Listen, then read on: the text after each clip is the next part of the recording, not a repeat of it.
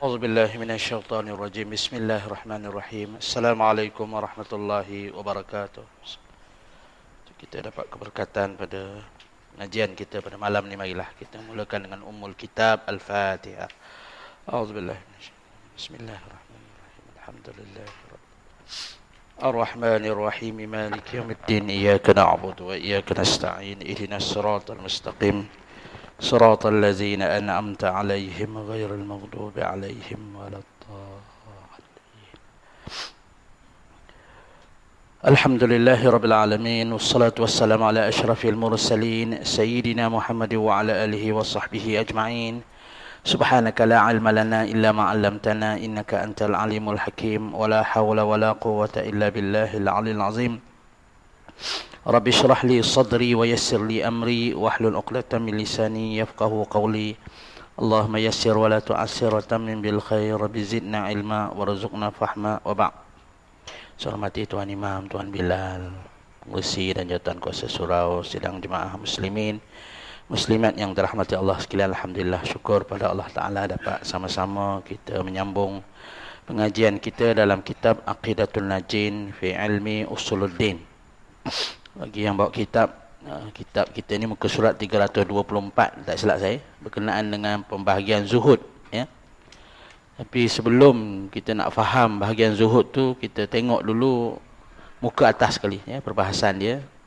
Sebab nanti kita terus baca zuhud, nanti takut salah faham. Sebab kitab ni kitab akidah, tiba-tiba cerita pasal zuhud, ya. Baik, kita buka muka surat 323 bab akhir sekali sikit, ya. Dan menunjukkan bagi demikian itu barang yang menghikayat akan dia dari setengah mereka itu daripada tahlil darahnya pada ketika dipotong akan kepalanya, dan daripada setengah mereka itu daripada tahlil lidahnya pada ketika tidurnya. Kita nak membincangkan berkenaan dengan kalimah tauhid. Kita dah sebut pada pengajian kita yang lepas, kalimah tauhid ni nama dia banyak. Nama dia dipanggil kalimah tauhid, dipanggil kalimah syahadah, dipanggil kalimah tayyibah, ya, banyak nama dia.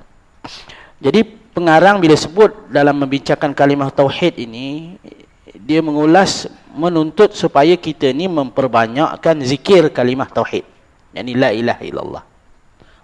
Kena banyak zikir. Jadi zikir kalimah tauhid ini perlu dilakukan oleh setiap orang. Maknanya kita ni kena banyaklah, orang beriman ni kena banyak zikir. Maka dia kata, apabila orang itu memperbanyakkan zikir kalimah tauhid, maka jadilah seolah-olah kalimah tauhid itu, kata dia, bercampur dengan daging dan darahnya. Dah sedaging dah. Kalimah tauhid tu jadi sedaging dia. Darah dia kalimah tauhid, daging dia kalimah tauhid. Macam tu lah. Macam kita lah. Rajin sangat main bola, rajin sangat terlibat dalam seni. Orang tanya macam mana? Saya berdarah seni. Itulah agaknya. Berdarah seni. Macam ni. Dia kata kita melazimkan kalimah tauhid sampai darah dan daging kita itu dah sebati dengan kalimah tauhid. Maka pengarang ni nak cerita kepada kita, maksud darah daging ni kalimah tauhid ni macam mana? Macam mana maksud dia? Maka dia bawa cerita bagaimana wujudnya ahli-ahli zikir yang banyak melazimi diri dengan zikir kepada Allah. Ketika mana mereka ini setengahnya telah dihukum, yakni dijatuhkan hukuman secara zalim, dibunuh. Dia bagi contoh, ketika mana dipotong kepalanya, kepala dia berzikir. Ini ada kisah-kisah. Pancung kepala dia, berzikir la ilaha illallah. Tahlil lidahnya ketika tidur. Ini satu lagi. Ada ahli sufi ni, kita tengok dia tidur, tapi kita dengar dekat-dekat nak kata tidur bunyi la ilaha illallah, la ilaha, lidah dia. Ini dia kata sedaging dan sedarah bila melazimi zikir. Dan sesungguhnya adalah setengah mereka itu berkata Allah, Allah selama-lama. Ada pula jenis macam tu. Ada selama-lama dalam hati Allah, Allah, Allah, macam tu, ya. Macam kalau kita tengok dalam satu catatan Buya Hamka. Banyak kisah-kisah pasal Hamka ni. Dalam satu catatan dia kata antara benda yang Hamka buat, ada satu gerak-geri jari dia yang pelik. Dia ni suka buat gini. Tak? Dalam kalangan-kalangan tertentu, kadang-kadang dia suka buat gini. Apa benda? Timbul persoalan macam-macam. Kenapa pula Pak Syekh ni? Ini kita tahu main choir je. Tak? Dia Buya Hamka ni diperhatikan sesengah orang dalam kadang-kadang dia duduk seorang-seorang, tangan dia suka buat gini. Jadi setengah pengkaji kata, dia tak pernah tanya. Bentuk gerakan dia tu, gerak badan dia tu, seolah-olah dia menulis nama Allah. Dia tak tanya. Ini analisis orang. Nak? Jadi duduk diam-diam. Kalau kita duduk diam-diam macam main piano lah dia tak? Jadi ni. Ni macam kalau sebab tu kita tidak heran lah kalau orang-orang hebat ni macam-macam bentuk perlakuan dia. Maka iaitulah zikir yang bercampur dan mesra dengan darah dan daging. Seperti mesra air dalam kayu hidup. Tiada bercampur, bersentuh, bercampur jisim dengan yang lainnya. Mana nak kita ni macam itulah perumpamaan. Kalau kita ni melazimkan zikir, seolah-olah tubuh badan kita ni dah ada zikir dalam badan kita. Memang ada kisah. Kita baca dalam cerita-cerita orang kita lah. Berlaku satu kejadian, seorang pemuda aksiden. Bila dia aksiden, cedera parah lah. Bila cedera parah, sahabat yang nak angkat mayat dia tu mati. Orang meninggal ni, aksiden ni. Terdengar daripada mayat tu bunyi baca surah Al-Mulk. Masa dia angkat mayat yang aksiden ni, rosak teruk lah jenazah tu. Terdengar bunyi baca surah Al-Mulk. Seolah-olah mulut mayat tadi tu, yang mati ni, membaca surah Al-Mulk. Ni ada saya, kalau kita kata kembali pada perbahasan ni, tidak mustahil.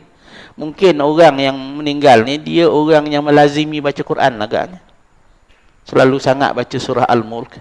Sampai Tuhan tunjuk, antara karamah dia bila mati, jenazah dia yang aksiden ni dah hancur badan dia ni, bila angkat, terdengar orang yang bawa tadi, terdengar bunyi surah Al-Mulk daripada mayat. Bukan dengar macam baca kuat, tak. Terdengar seolah-olah. Itu tidak mustahil. Macam mana boleh terdengar? Mulut dia bercakap ke? Tak. Kalau pengarang kata darah dia tadi dah ada Quran, apa mustahilnya Tuhan nak tunjuk karamah? Macam zaman Nabi dah. Waktu benda ni kita jangan soal. Sahabat-sahabat meriwayatkan, kunna fi ahdi Rasulillah sallallahu alaihi wasallam na'kulu ta'am wa nasba'u tasbihat ta'am.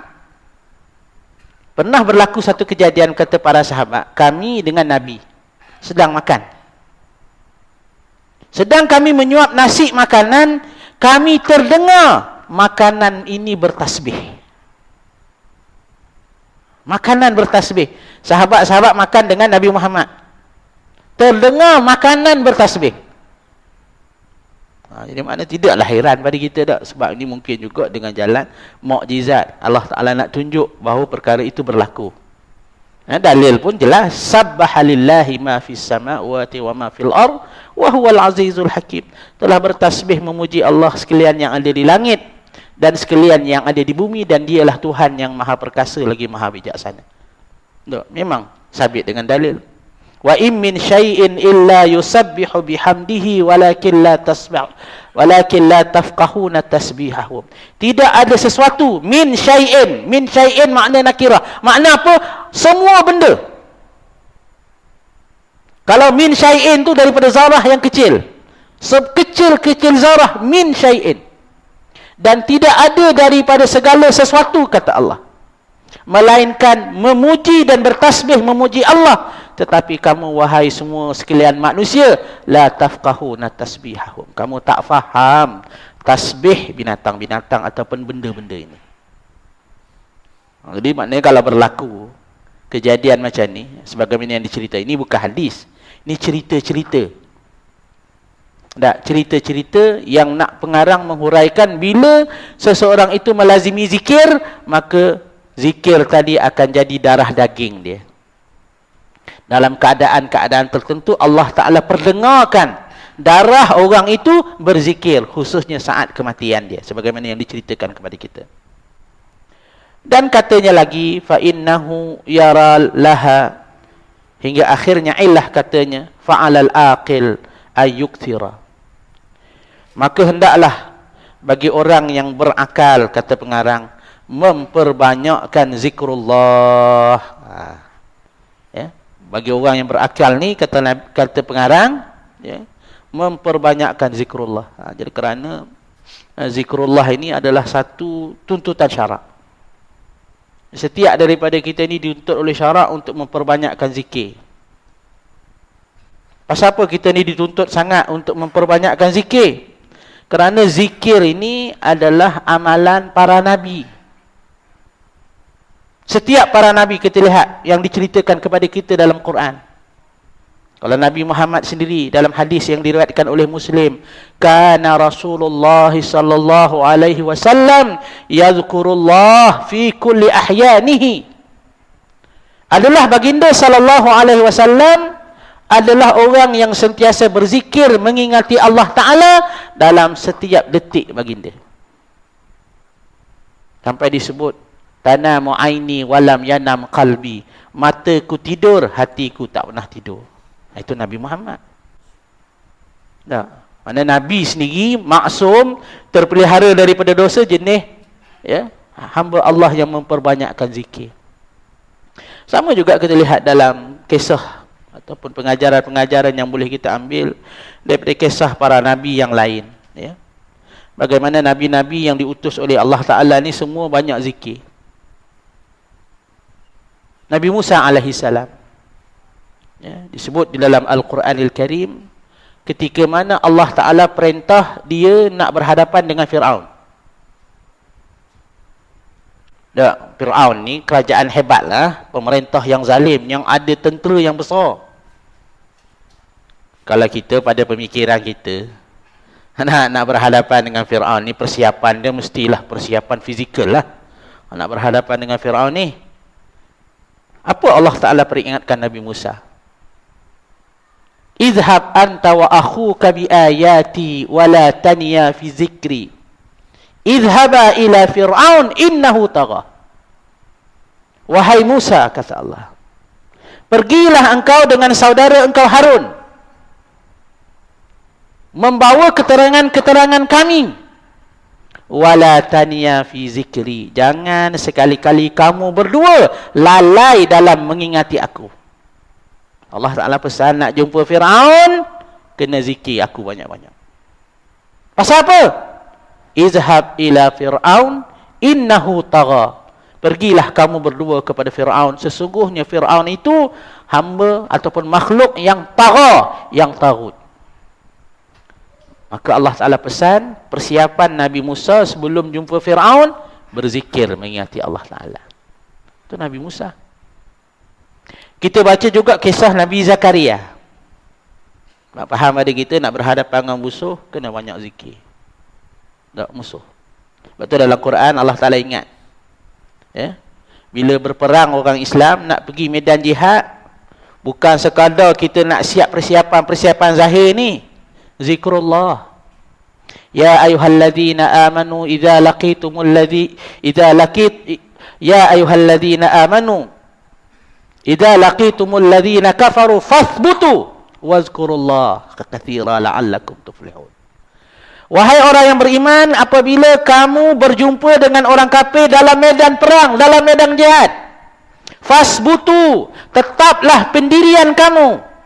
Wazkurullah, banyak-banyak berzikir mengingati Allah.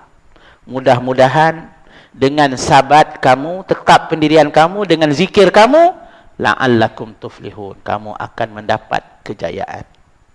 La'alla ni kalau sebut dalam Quran bagi pihak Allah, maknanya pasti kamu akan mendapat kemenangan. Maknanya apa? Petua nak berhadapan dengan musuh, banyak zikir. Itulah amalan golongan mukmin. Sama juga Quran merakamkan kepada kita. Ni nak hurai bagaimana orang yang berakal zikir. Walaupun dalam perbahasan kita ni lebih kepada zikir la ilaha illallah, kalimah tauhid, tapi tidak mesti. Yang kedua, zikir ini boleh menunaikan hajat dan permintaan. Setiap daripada kita ni pasti ada hajat. Sama ada hajat yang bersifat keduniaan, terlebih-lebih lagi hajat akhirat. Allah Ta'ala merakamkan kepada kita kisah Nabi Zakaria. Seorang Nabi yang diuji oleh Allah Ta'ala dengan ujian tidak ada anak. Nabi Zakaria tidak ada anak. Seorang Nabi yang tidak ada anak. Yang Al-Quran ceritakan kepada kita dalam beberapa tempat dalam Quran. Antaranya dalam surah Maryam. Antaranya dalam surah Ali Imran. Nabi Zakaria. Iznada rabbahu nidaan khafiyya. Qala rabbi inni wahanal azmu minni wasta'ala ar-ra'su syaiba walam akum bidu'aika rabbi syaqiyya. Ya Allah, sesungguhnya badanku ni dah lemah, tulang aku pun ni lemah, rambut aku pun dah putih ya Allah, tetapi aku ya Allah tidak sekali-kali kecewa dalam memohon dan berdoa kepada Engkau. Berdoa untuk apa? Yarisuni, supaya aku fahabli min ladunka waliya, supaya Engkau mengurniakan kepada aku seorang anak yang akan menjadi pengganti aku. Makna harapan Nabi Zakaria, minta hajat, minta anak. Usia sudah lanjut. Wa qad balaghtu minal kibari itiyya. Aku ni ya Allah dah tua sangat. Dalam surah Ali Imran disebut wa mraati aqir. Aku sudahlah tua sangat. Isteri aku pula wanita yang mandul. Makna ni kita kata mission impossible. Betul tak? Isteri mandul, suami tua. Misi dia apa? Nak anak ya Allah, jenuh dah aku berdoa. Maka dia kata ya Allah, tunjukkanlah aku. Allah Ta'ala kata kami akan memakbulkan doa engkau. Ya. Tetapi kata Allah, dia bertanya kepada Allah, tunjukkanlah aku tanda dia.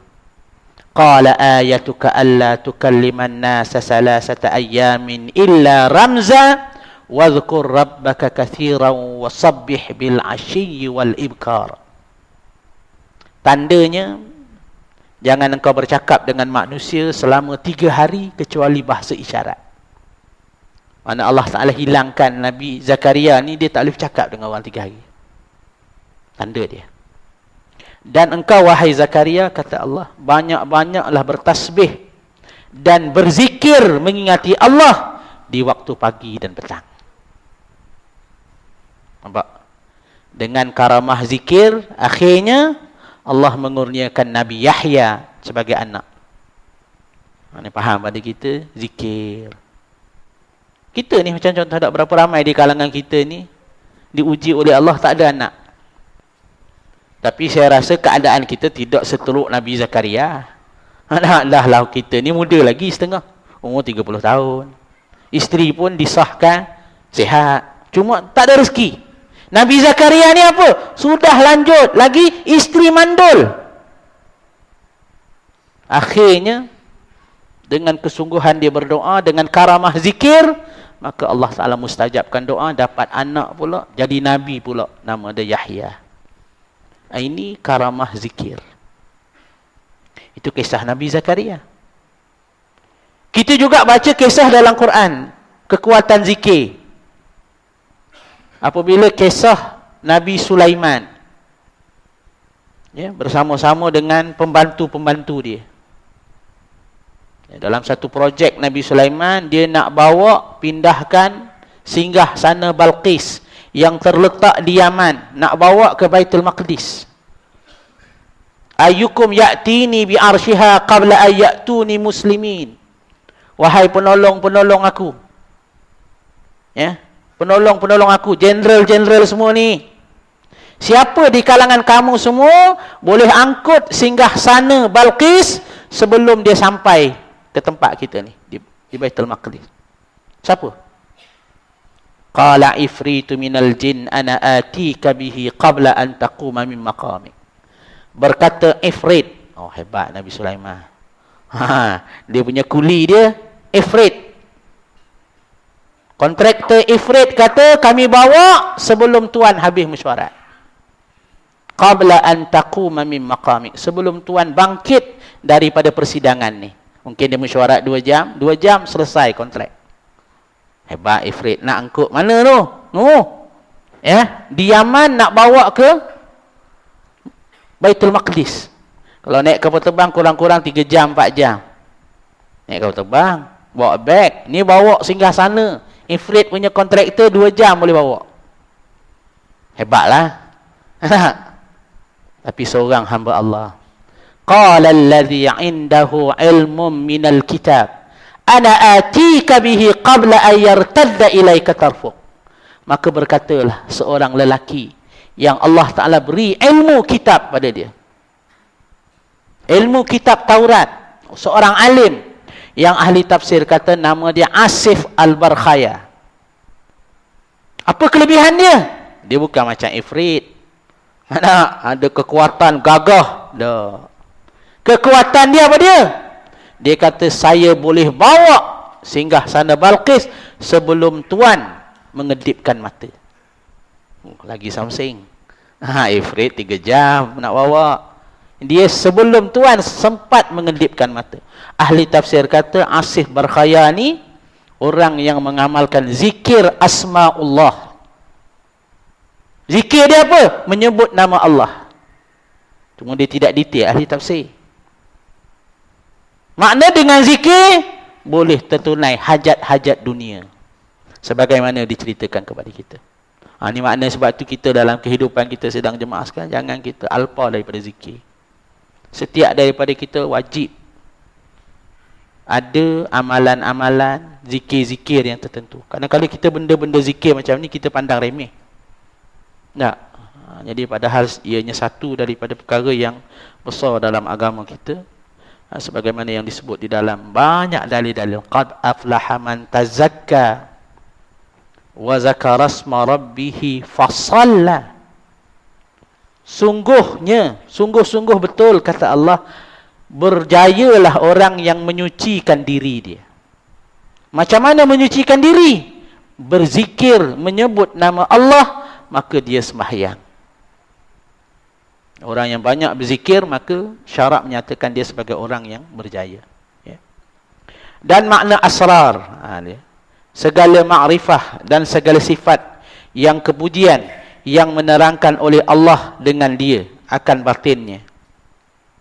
Jadi kata pengarang, satu lagi hikmah zikir, Allah Ta'ala akan membuka rahsia-rahsia. Allah Ta'ala buka rahsia seseorang. Allah Ta'ala buka ma'rifah seseorang. Seseorang itu akan lebih kenal Allah Ta'ala. Segala sifat kepujian yang menerangkan Allah dengan dia akan batinnya. Inilah dia kata, kalau kita kata boleh sebut sebagai firasah. Ya, mata hati celek. Atau kira kadang-kadang dalam bidang tasawuf dia kata kasyaf. Tebus pandangan. Dapat melihat sesuatu. Diberi ilham oleh Allah Ta'ala dengan kefahaman. Ini hikmah atau kelebihan daripada mengamalkan zikir. Ya.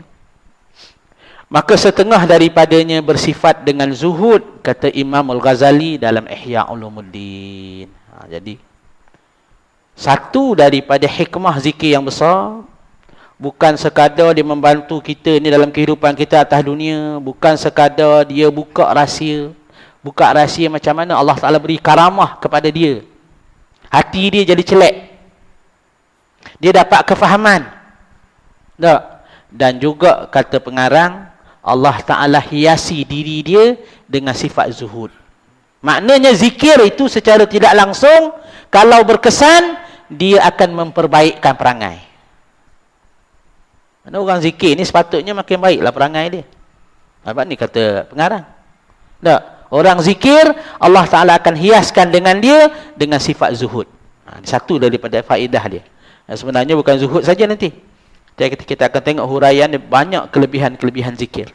Ya, antaranya ialah melahirkan sifat zuhud dalam diri seseorang sebagaimana disebut oleh Imam Al-Ghazali dalam Ihya Ulumuddin.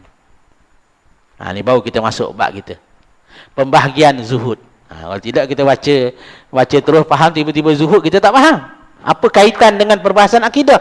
Dia nak sebut seorang yang memperbanyakkan zikir diberi kelebihan, antaranya diberikan kelebihan perangai yang baik. Memiliki sifat yang baik, iaitulah zuhud. Baik.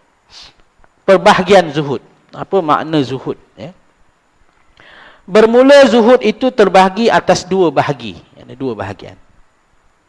Yang pertama zuhud fardu, iaitu meninggalkan segala yang haram. Yang kedua zuhud yang sunat, iaitu meninggalkan sekalian yang halal lebih daripada kadar hajat yang tunai. Pengarang nak ulas kepada kita pengertian zuhud. Zuhud ni juga antara benda yang sering kali disalah faham. Orang salah faham kalimah zuhud. Nak salah faham. Jadi nak hurai betul-betul apa makna zuhud sebenar ni. Ya? Kadang-kadang kita zuhud salah faham. Orang kata, kenapa Syekh kereta ni teruk sangat ni? Nak? Ini cat terkopak, sport rim cabut. Syekh zuhud Syekh. Itu zuhud ke tu? Contohlah. Ni nak kita nak faham betul-betul. Kadang-kadang benda tu tak betul lah juga tak? Orang selalu sebut, saya ni dulu masa kerja dululah, ada kawan bagi tazkirah lah, dia kata, Rahim, kau nak kenal tak? Boleh kenal tak mana satu kereta ustaz, mana satu bukan kereta ustaz? Dia kata. Ni cerita dulu-dulu lah. Ya tak? Saya kata, saya tak tahu mana kereta ustaz. Dia kata, berbaris lah masa tu dekat sekolah. Aku boleh tunjuk mana satu kereta ustaz, mana satu bukan kereta ustaz. Memang kebetulan lah pada masa tu. Ni ustaz zaman dulu lah. Sekarang tak tahulah. Ni tak mungkin ustaz tempat saya.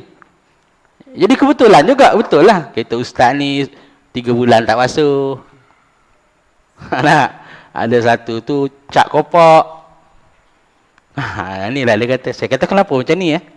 Inilah ustaz kan zuhud. Dia kata.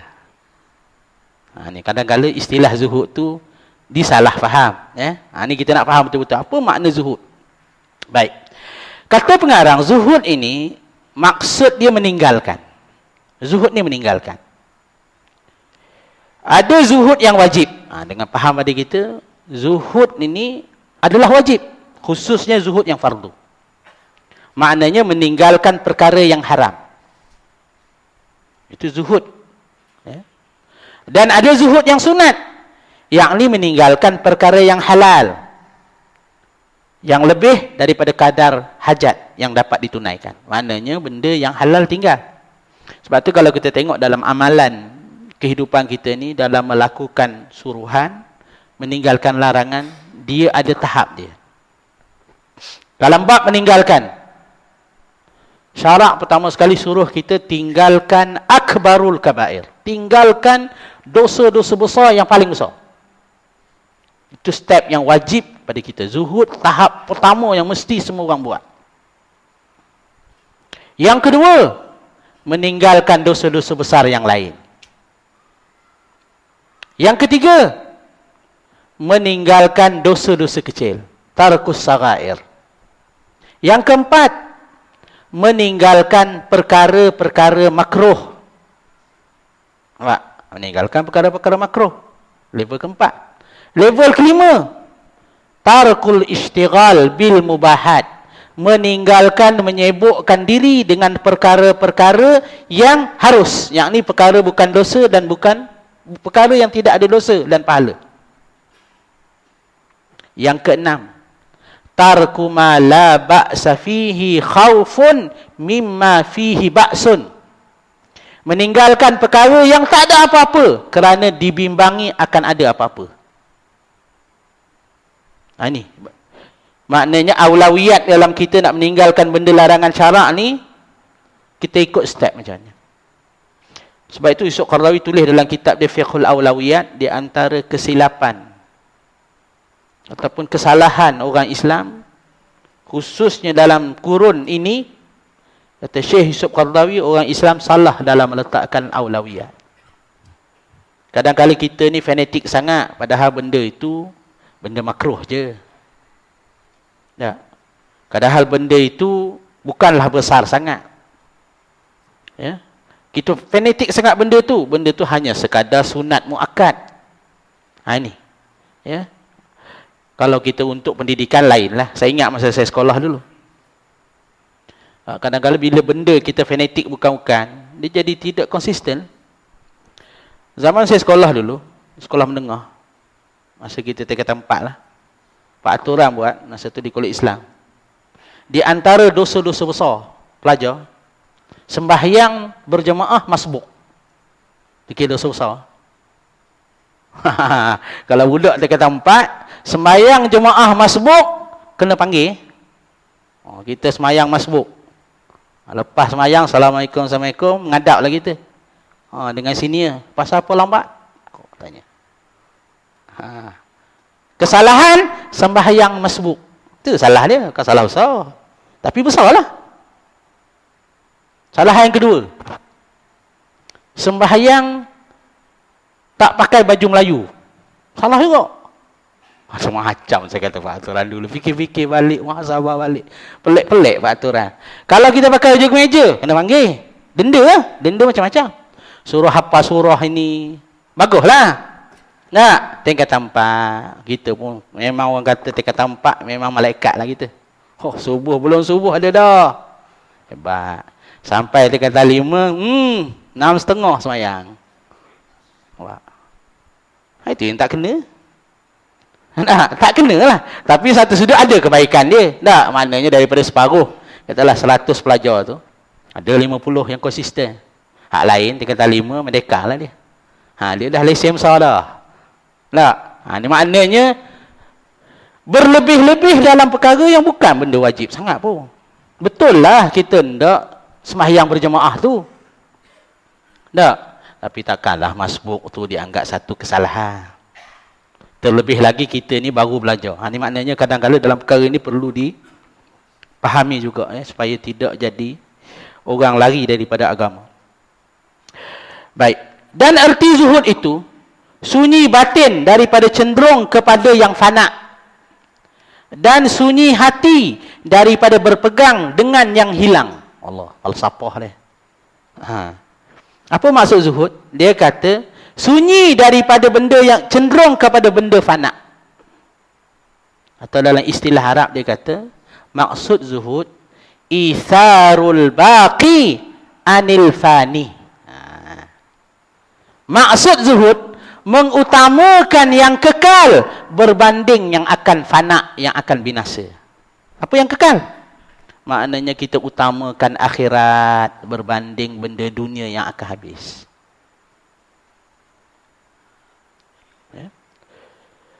Berpegang, sunyi hati dari berpegang dengan yang hilang.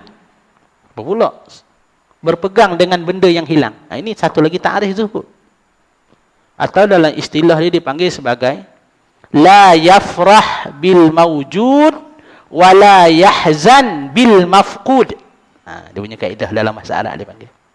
Orang zuhud ni ialah orang yang tidak merasa seronok atau terlalu gembira dengan benda yang ada. Mawjud ni benda kita lah, harta kita lah. Dan juga tidak bersedih hati dengan benda yang hilang. Kalau benda dunia tu hilang, dia tak ada rasa apa-apa. Ada, tak excited sangat pun.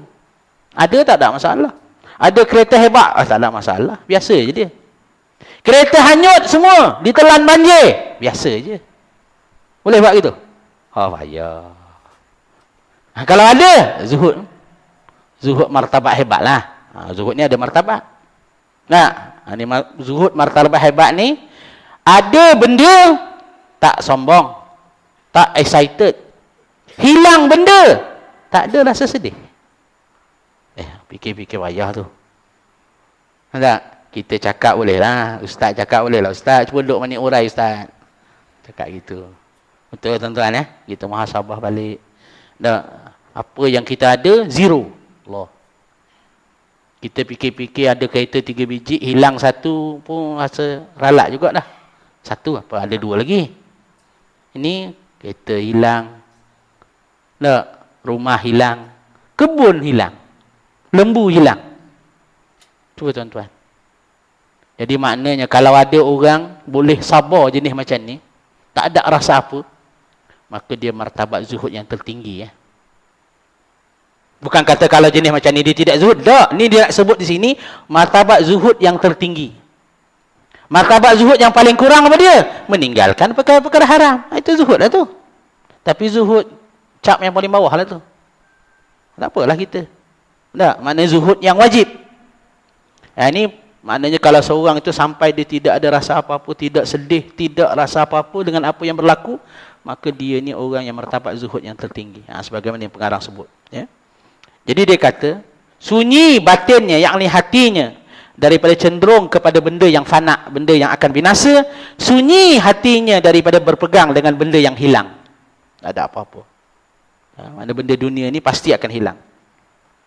Dan jika adalah tangannya dipenuhkan dengan harta yang halal, maka memandang ia bahawasanya yang demikian itu di atas jalan pinjaman semata-mata. Orang zuhud ni macam mana? Ada harta tak? Ada harta. Dia kata. Bukan kita kata selalu kita fikir zuhud ni apa kerana. Bukan. Dia tak kata gitu.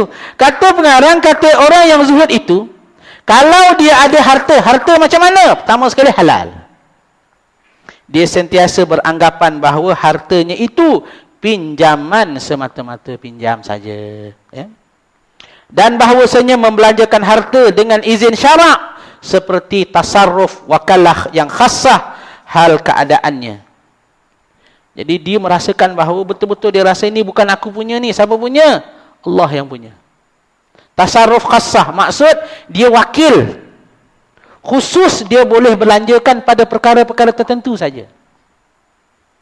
Perkara tertentu macam mana? Sesuai dengan orang ataupun yang mewakilkan dia. Siapa yang wakilkan dia? Allah Ta'ala. Nampak? Ni. Dia nak sebut kepada kita bagaimana orang zuhud ni, orang yang ada harta. Tak mesti dia tidak ada harta. Tapi dia menganggap bahawa harta itu pinjaman semata-mata. Daripada Allah Ta'ala. Sebab tu kalau kita orang kata, orang zuhud ni orang yang pakai selekeh, pakai kereta buruk-buruk.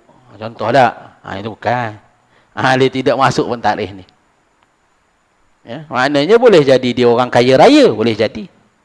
Ya, tetapi dalam hati dia, perasaan dia terhadap harta, bahawa harta itu adalah milik Allah Subhanahu Wa Taala.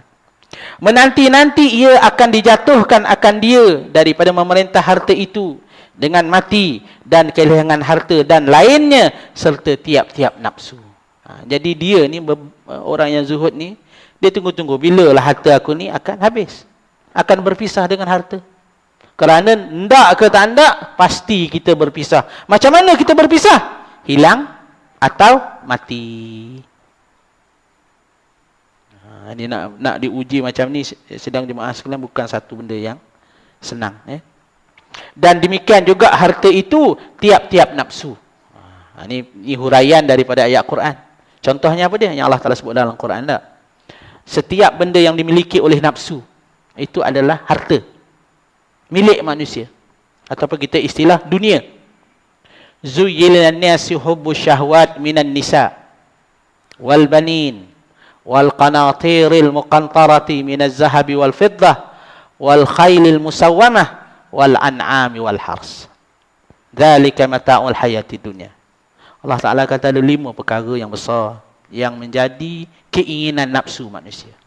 Salah tak 5 perkara ni? Tak salah. Tak salah, kata Allah Ta'ala. Sebab manusia ni automatik Tuhan hiaskan dia. Suka benda ni. Apa dia? Wanita. Anak-anak. Qanatir, harta-harta emas dan perak. Manusia suka. Ya. Wal khailil musawwanah, kuda-kuda pilihan. Sebut kuda pilihan lah. Sebut kereta pula, pening pula orang Arab zaman tu. Khailil musawwamah ni maknanya kenderaan-kenderaan pilihan. Ikutlah. Manusia suka. Salah tak? Tak salah. Wal an'am, binatang ternak wal hars, dan tanaman-tanaman, kebun-kebun. Ini semua kata Allah mata'ul hayati dunia, kesenangan dunia. Jadi orang zuhud, dia ada tak benda ni? Mungkin dia ada benda macam ni. Tetapi perasaan dia, kalau hilang, dia tidak rasa sedih. Kalau dia ada, dia tidak sombong.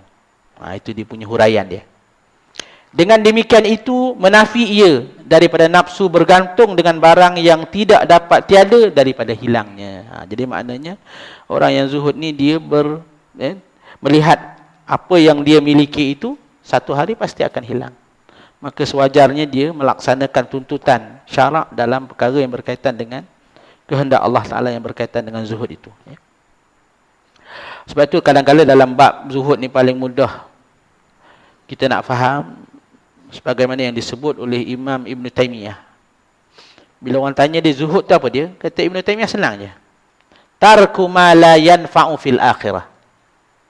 Zuhud ni meninggalkan benda yang tak ada manfaat akhirat. Itu zuhud. Kita buat kerja dunia, tapi kerja dunia tu tak ada manfaat akhirat. Kita tinggal. Mana zuhud lah kita. Itu maksud takrif zuhud yang diberikan oleh Ibn Taymiyah di dalam kitab dia. Sebut berkenaan dengan perkara macam ni. Dan setengah daripadanya tawakal, dan iaitu menyerahkan dirinya serta percaya hatinya dengan wakil yang sebenar, dan iaitu Allah, dengan sekira-kira diam daripada keluh kesah tatkala teruzur asbab, kerana berpegang dia dengan musabbibul asbab, iaitu orang yang menjadikan segala sebab, iaitu Allah Ta'ala. Jadi dia nak hurai lagi berkenaan dengan sifat zuhud ni. Sifat zuhud ni, antara maksud dia ialah orang itu sifat bertawakal. Tawakal ni makna apa? Berserah, menyerahkan kepada Allah Ta'ala yang menjadi wakil sebenar. Apabila melihat satu perkara, dia tidak melihat kepada asbab, tapi melihat kepada musabbibul asbab, penyebab segala sebab.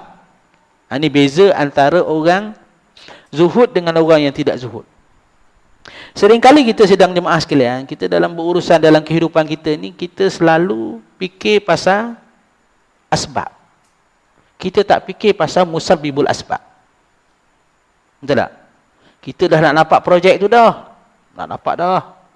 Dengan cerita nama dah keluar dah. Tiba-tiba mari kawan kita telefon kepada syarikat bahawa sekian-sekian report.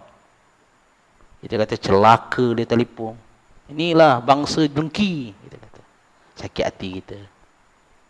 Sebab dialah aku tak dapat projek. Kalau tidak senang dah aku.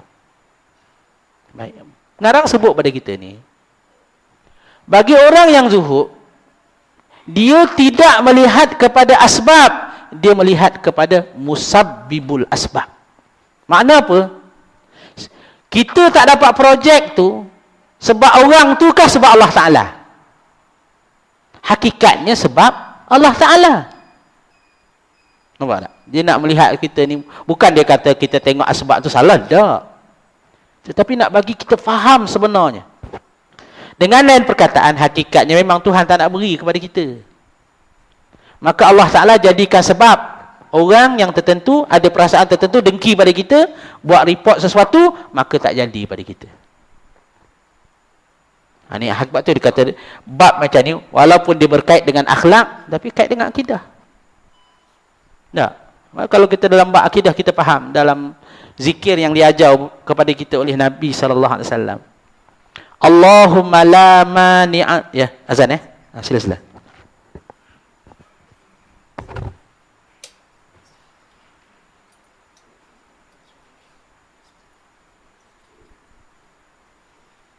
Allahu akbar, Allahu akbar, Allahu akbar,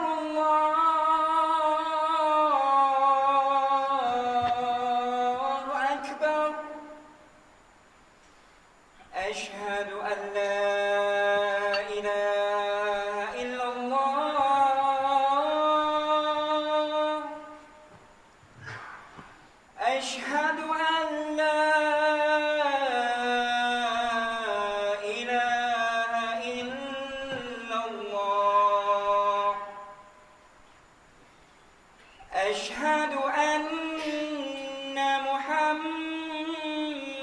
رسول الله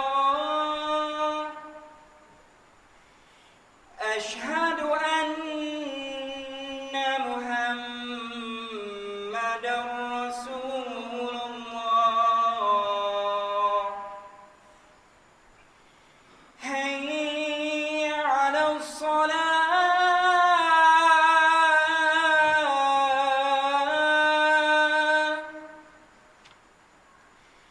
حي على الصلاة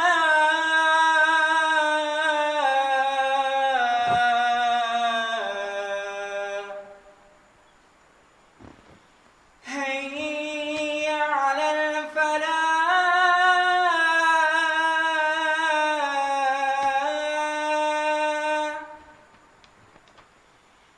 حي على الفلاح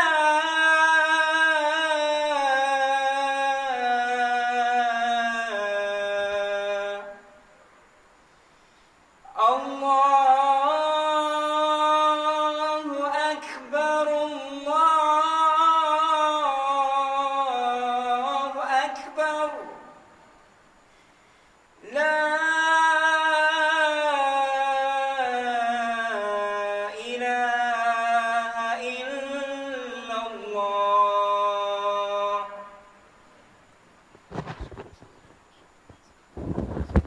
اللهم رب هذه الدعوة التامة والصلاة القائمة. Sikit lagi ya. Baik, dalam konteks tawakal ini, pengarang nak suruh kepada kita dalam kita melihat sesuatu perkara dalam kehidupan kita ni, jangan semata-mata dilihat kepada asbab. Walaupun kita melihat pada asbab itu tidak salah. Contoh tak, berlaku banjir. Asbab, kita kata tebang balak lah. Tak, kita kata longkang sumbat lah. Tak ada salah tu, kita kaji benda tu. Tak ada masalah. Tapi dalam hati kita tu mesti ada keyakinan kita apa dia? Berlaku kerana musabbibul asbab menentukan. Kalau jadi macam tu, hati kita tenang.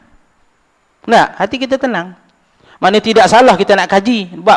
Sebab musabab tu tidak salah. Tapi keyakinan dalam hati kita tu biar. Jangan kita kata ini semua sebab orang itu. Tak.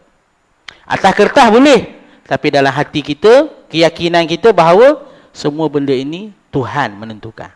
Jadi mana senang hati kita. Tak, ni akidah ajar kita. Allahumma la mani'a lima a'taita.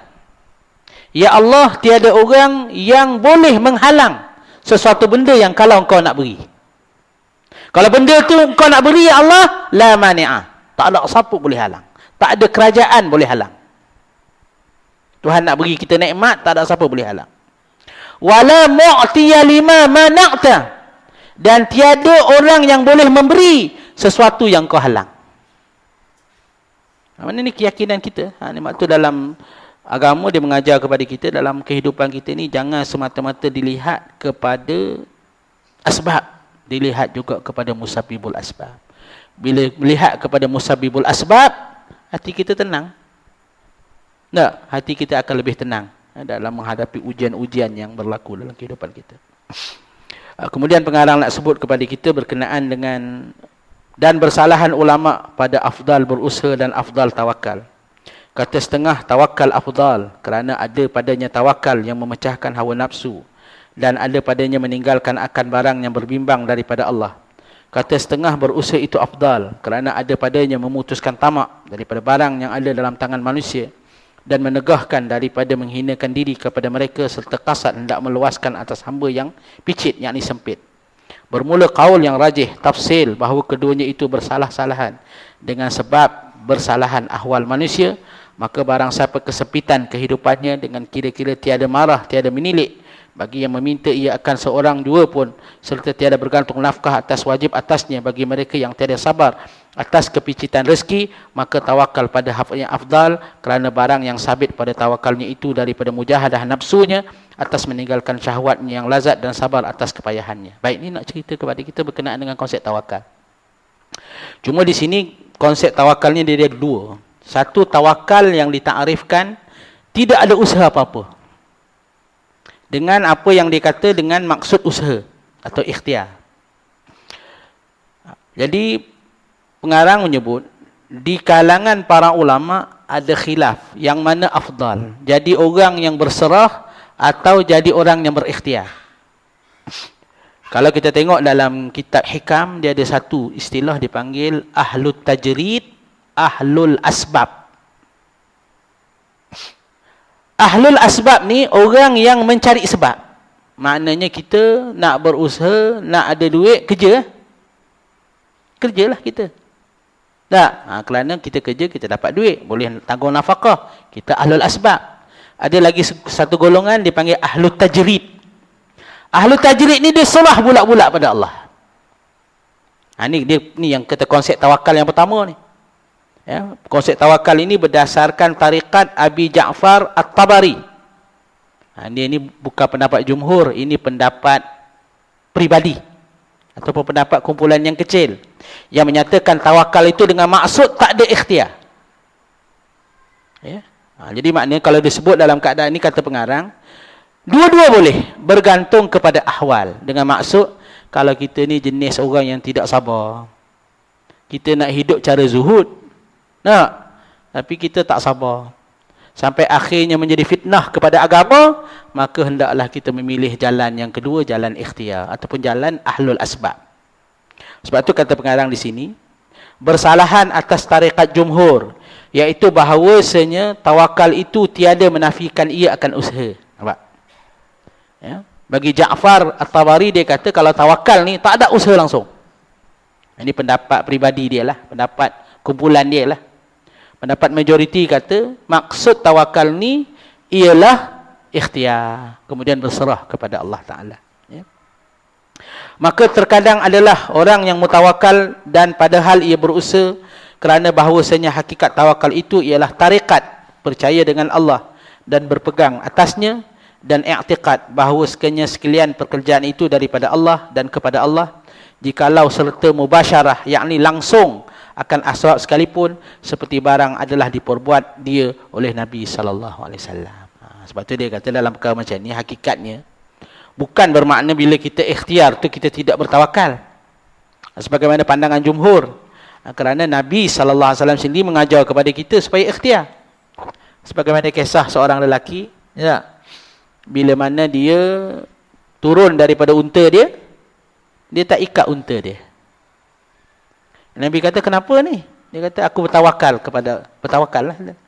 Nabi kata, aqilha summa tawakal. Nabi kata, ikat dulu unta, kemudian bertawakal lah engkau. Maknanya kalau dah ikat dah unta tu, nak hilang juga, tak ada masalah lah kita, reda lah kita. Ini nak menunjukkan kepada kita, pendapat jumhur menyatakan bahawa tawakal itu mesti dengan ikhtiar. Tapi ada lagi satu pandangan yang mungkin kita pendapat minoriti, iaitu pendapat Abi Ja'far At-Tabari, menyatakan tawakal itu tak ada ikhtiar, serah bulat-bulat. Satu pandangan pula. Cuma pandangan ni kadang-kadang kalau kita tengok dia agak pelik sikit, ya. Tapi dia sebenarnya tidaklah, ya, bukan satu pendapat yang salah, tetapi pendapat kecenderungan orang yang martabat yang tertentu, ahli sufi. Macam kita tak? Kita ni sakit, kita rasa tak bagus lah sakit. Betul tak? Kita rasa sakit tu, kita rasa benda tu negatif lah. Tapi bagi orang kumpulan yang kedua, sakit dia kata bagus. Sebab tu kita baca kisah-kisah sufi tak? Bila jatuh daripada tangga, dia menangis. Datang kawan dia, dia kata, kenapa engkau sufi apa engkau ni jatuh tangga menangis? Tak? Engkau ni sufi apa jatuh tangga menangis? Dia kata, aku menangis bukan sebab aku berdarah ni, tak. Aku menangis sebab darah sikit sangat.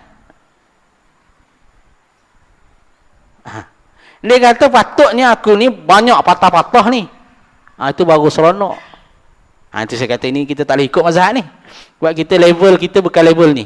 Kita bukan tawakal jenis Abi Ja'far At-Tabari. Kita tawakal yang Nabi ajar untuk orang awam, untuk kita. Tak, dia cuma dia nak sebut kalau ada orang jenis macam tu, salah tak dia? Tak salah untuk dia, cuma mengikut ahwal masing-masing. Tak, lepas tu kalau kita kata tak, kalau orang tu dia memang tak nak buat apa-apa, dia nak zikir saja, sila. Tapi dia kena sabarlah, jangan dia menyusah pada orang.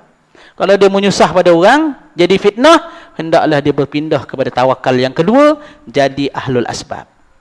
melihat kepada asbab. Itulah huraian dia berkenaan dengan konsep tawakal. Wallahu a'lam, mudah-mudahan kita dapat manfaat daripada perbincangan kita ini. Walaupun ianya kitab perbahasan berkenaan dengan akidah, tapi ada juga dimasukkan kepada kita berkenaan dengan perbahasan-perbahasan yang lain ya, yang berkaitan dengan akhlak.